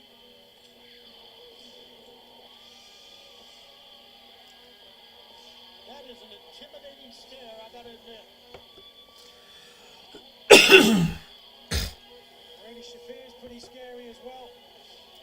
I gotta say, lately, the jacket that Claudio's wearing, that should be up on the website, too. I think it would sell.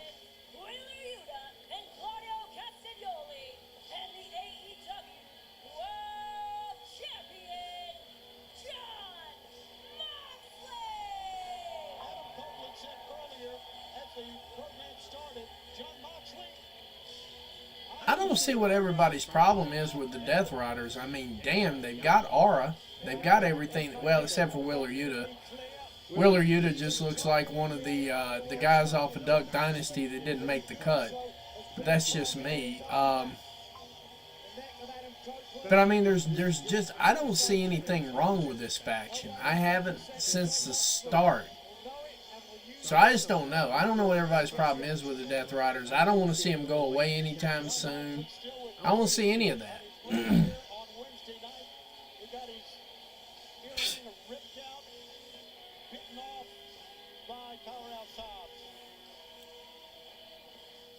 Yeah, Twitter in absolute tears for this match is just, among many other things, absolutely hilarious all the way across the board. No kidding on that one. No lies being told on that one. Not at all. Man is now 5 on 6. That's 11, Tony. 12 minus 1. Right, thank you. 5, 6, 11. I think we were saying the same thing. Big Bill laying the brace and hanging it up for John Moxley to see on the top of the ring posts. There's the Powerhouse Hobbs, who's still Shout out to Don Joy. Oh, for us old school people who had issues back in the day, Don Joy would save your life. All right, so here we go with this big now 11-man tag team match because we're short Will Hobbs. Dax trying to expunge the earlier decision. Jericho, the learning tree. Want to teach Dax a lesson. You heard what Jericho said? Oh, wow. Jericho did that.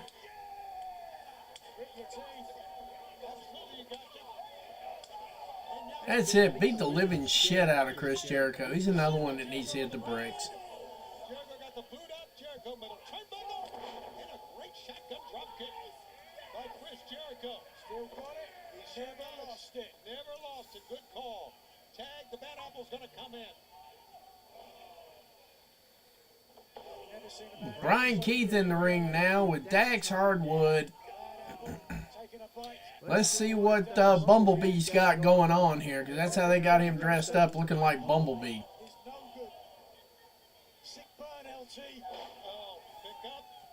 Short suplex, no pun intended. And a 1 count only in the Bad Apples in his 31st AEW match.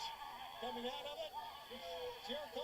I don't know. I mean, it just that's just it. I mean, I don't mind them being here, and I think their presence is developing storylines, and as long as that's the case, I'm good with it. Does it develop stories? Does it create viewers? That's the question. And a lot of people talk about the Death Riders that are not in the WWE bubble, and I hear good things about the Death Riders, and I hear good things from the actual wrestlers about the Death Riders. And that's the part the media is not talking about. That's your dirt sheets aren't covering that. But I mean, like I said, I had a great conversation last night, and everybody that actually does this for a living, for the most part, like the Death Riders. They like the concept, and the only thing is I worry that it gets close to being like, kind of like an NWO faction without the NWO.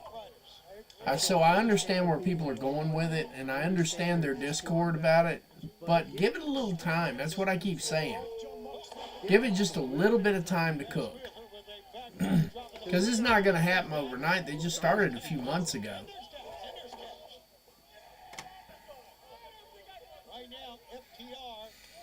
Let's see here. Got about 15 minutes left in the show. Just want to say to everybody as we get close to the end of the show, I want to thank everybody that's been here. I want to thank the people that are coming in just now. Thank you very much. Welcome to Grabs TV and the Sicko Show. I'm your host, the Matty Man. We go through these weekly watch-alongs, mainly for AEW, New Japan, things of that nature.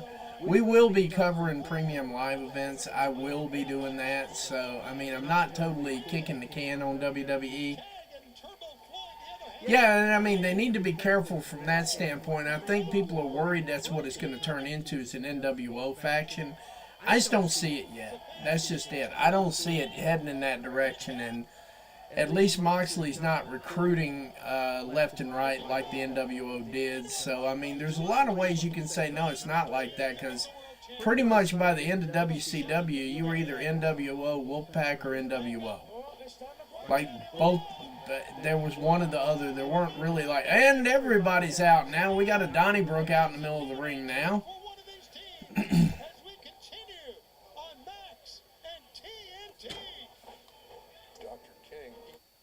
Let's go ahead and hit this. They got the picture-in-picture going on there.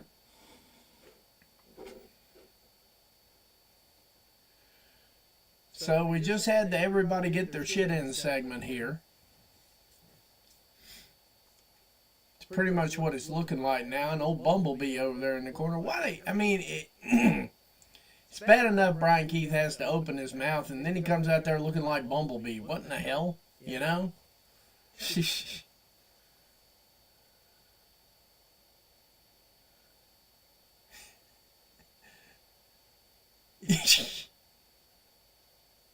The fact of the matter that you have a 4-year-old kid juiced for this match is something else. And Death Rider still haven't really gotten back. Oh, he let the kid slap him on the chest too. Oh my goodness. What a move. What a move.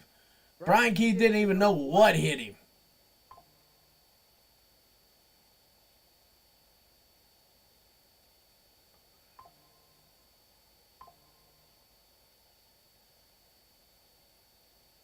Looks like they've got a standoff there, and the kid's getting high fives from everybody.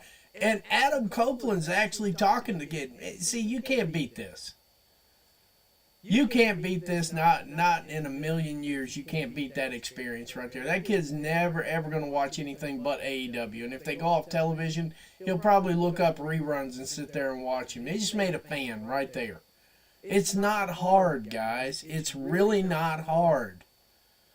They literally just made a fan right there. Yeah, no, they're not going to get to that stage stamp. I'm just saying that's one of the big arguments everybody has right now about the Death Riders. They're like, oh, it's just NWO. No, it's not. It really isn't. I mean, they've had the same 4 or 5 people for all this time. It looks like they're going to keep it that way. I mean, there's some factions starting to come together with Rated FTR to go against the Learning Tree and blah, blah, blah. But, you know, it's the discourse on that just bothers the shit out of me, pretty much. And I'm sure it does for anybody who's like a real fan. It's like, why are we even, we're not even there and we're having the discussion, you know? We're not even in the ballpark of it. Basically, you got 4 guys, one gal. We just hadn't seen Pac this evening. Pac be or Pac, whatever they want to call it. And we're back to full screen here.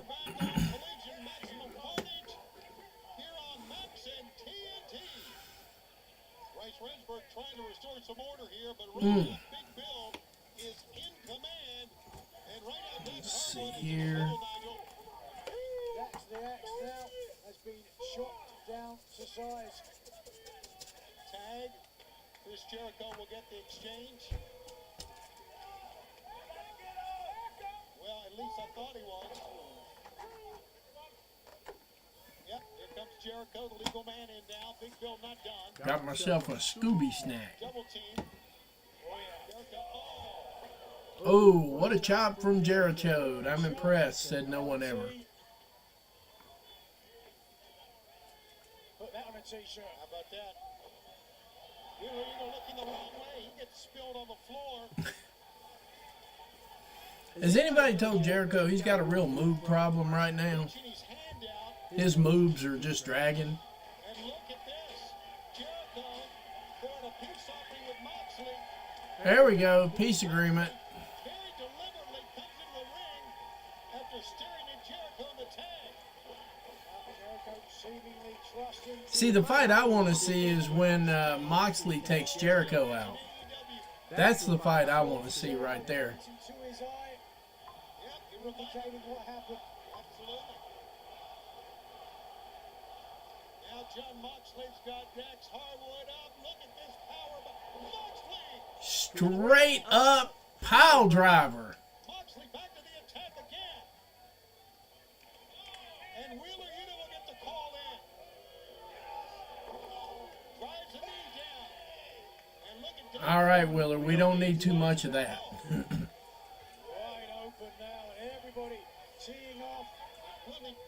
Oh, I know. A lot of people are like, oh, it's just like the NWO. Shit, we grew up watching that. We know what the NWO looks like. We've seen the NWO. We watched the formation of the NWO. We watched it balloon into a whole bunch of people who couldn't figure out creative NWO. We saw it. I mean, I don't think this even remotely mirrors that at all. But then again, like said, Stamp, we watched it. We know what it looks like, and You know, I'm qualified to give an opinion on that. This ain't that. I'm qualified in experience and intelligence to say that this absolutely is not that. You know?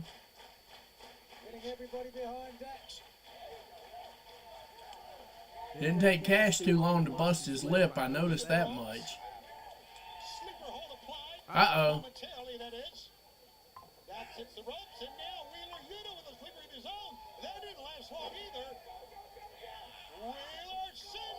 Send him into the corner the hard way.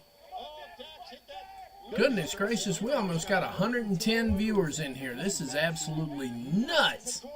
Thank you guys. Thank you very much. You have no idea how much I appreciate that. Fall away suplex, and now we're getting Big Bill.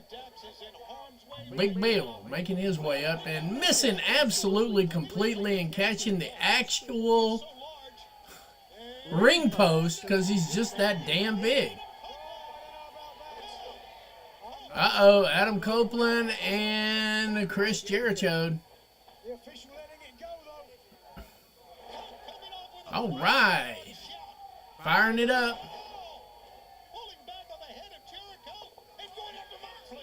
Seamless offense.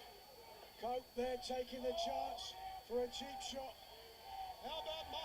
Just a quick reminder, too, that Brian Cage, Kenny Omega match card, that match print, if you will definitely probably be out on Monday.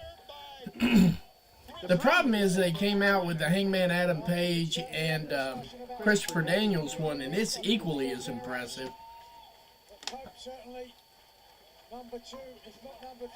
Hold on a second. Reese, it was an okay segment. I'm not going to disagree with you. I mean, a lot of people like it for a lot of reasons. I just think it was absolute creative bankruptcy, especially near the last 3-4 months of that whole thing. Really, the last 3 or 4 months, actually not even longer than that, like the last 18 months of WCW, when I look back on it now with a different lens, that thing was absolute creative bankruptcy, like for at least the last 18 months. It's like they were throwing a whole bunch of rotten spaghetti at the wall and none of it was sticking. And Claudio just walks in and wipes the whole damn ring out for a second, and Cash knocks him out. All right, we're at the get your shit in moment here for everybody. Oh, he just drilled him with a sock. Wow, and Moxley out of nowhere with a neck breaker. Death press from Copeland on to Mox. Over the top. Wow. Whoa. And Copeland turned around. Cope turned around and looked at a Big Bill, big boot. Oof. And I agree with you on this one, Stan. Bill is the one. Bill is the one out of that whole group. Bill is actually the one right now that I would like to see advance out of this entire 12, or we should say 11-man, because Powerhouse Hobbs isn't quite there yet.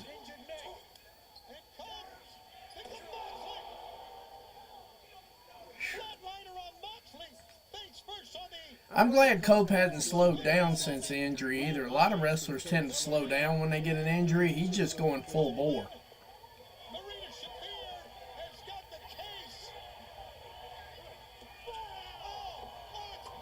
Pac out of nowhere. There's Pac.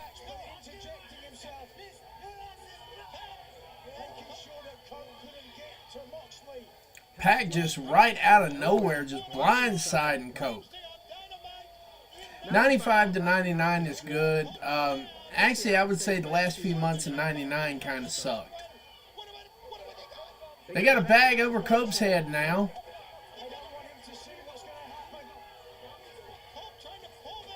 And they're taking Cope away.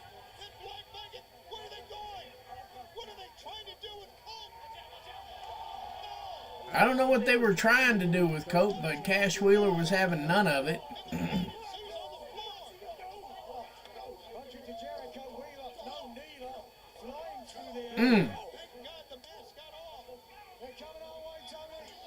And what do we think about these? What do we think about these smaller venues? I happen to like them personally. I think it's a whole lot better to play before a packed 2,000 or 3,000 than it is to play before 2,000 or 3,000 in a building that holds 16,000. I think it's just fine right now. And of course, all of the fight is broken out except Chris Jericho being left in the ring with the Outrunners. And Bumblebee. Bumblebee reaching out for the tag right now. Bumblebee looking at Chris Jericho with those puppy dog eyes going, please tag me in, motherfucker. Just like that. Just like that. Yes, Stamp Copeland looks like a brand new man. And Powerhouse Hobbs, true to his name, hobbing his way on down.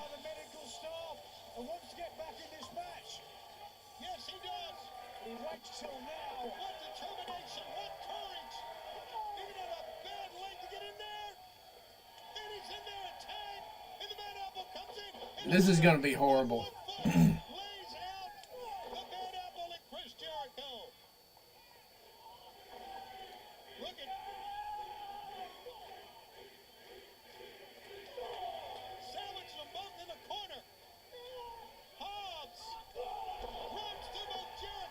Hobbs with a running shoulder tackle.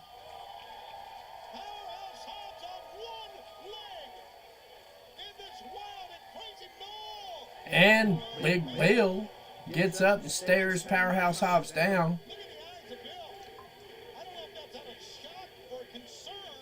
I wish we could get rid of the meat chants on this. They did so well with Dynamite. I wish we could get rid of the meat chants in this one. Apparently this crowd missed the assignment.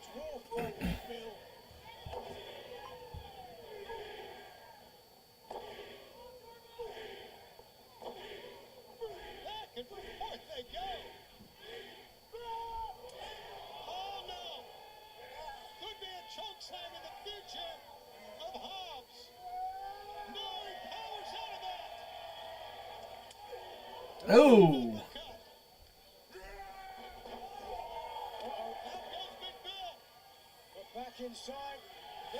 And I think Jericho's the legal guy. I don't know here. Hits him from behind with a double axe handle.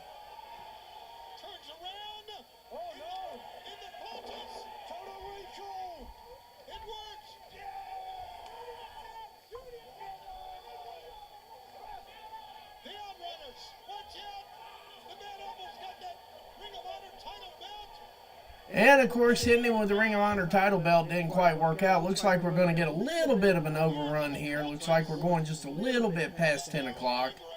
But that's okay.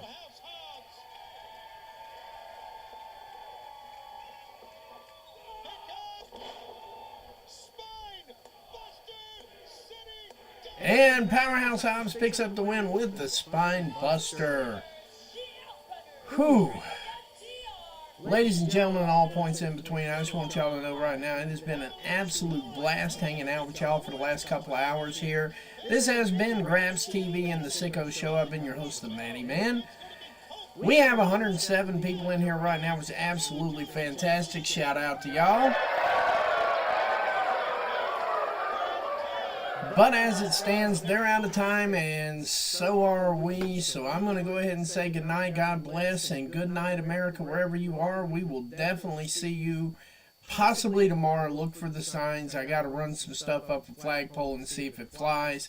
If it flies, then we'll do it. If it doesn't fly, then, you know, I won't do the GCW show. I'm not terribly crazy about doing it, but I do kind of want to do it because of the discourse that's been going on around this for months. Thank you, Catherine. You guys put on great shows, too. That was an excellent show earlier yesterday. That was an excellent show. Loved it, loved it, loved it. But we're going to go ahead and get out of here. We may do one. Like I said, look for the posters. If the posters pop, I'm doing it. Otherwise, we will definitely see you on Wednesday for Dynamite. But for now, we're just going to go ahead and check out. What's up, Dev? You made it, buddy. You made it. You made it. You got here just in the nick of time. We're getting ready to roll out, buddy. We're getting ready to roll out. it's the end of the show. We're going to roll out for the night. But you know what, guys? I really appreciate everything. I appreciate the love. I appreciate the support. We just getting started, okay? Commanders are up. Oh, okay. I see what's going on. So, with that said, ladies and gentlemen, thank you again, Reese. Thank you, guys. Thank you all. But like I said, right now, I'm going to go ahead and call it for the night. I've already had my Scooby snack, and it's probably going to kick in the next 5 or 10 minutes because I'm just lucky like that tonight. But I want y'all to know that I do appreciate it. And like I said, if we've got the posters coming out tomorrow, if you see the posters, you know we're doing it. It may be a spot. It may be a pop-up. I don't know. But we'll figure it out if we do it. Otherwise, I will see you on Wednesday. So I just want to say one more time, good night, God bless, and good night, America, wherever you are. We'll definitely see you Wednesday, possibly tomorrow. Good night. This Saturday night, Collision Maximum Carnage, 8/7 Central on TNT and streaming on Max. Maximum Carnage. Christopher Daniels, I will see you in a Texas death match. Kazuchika Okada, Tomohiro Ishii. The next chapter in the Okada Ishii story will be written. You want this title? For the AEW Continental Championship. What exactly can you do to me? Oh no! That hasn't been done before. The Learning Tree and Death Riders versus Rated FTR, the Outrunners, and Powerhouse Hobbs. We will see you this Saturday night on Collision. Maximum Carnage.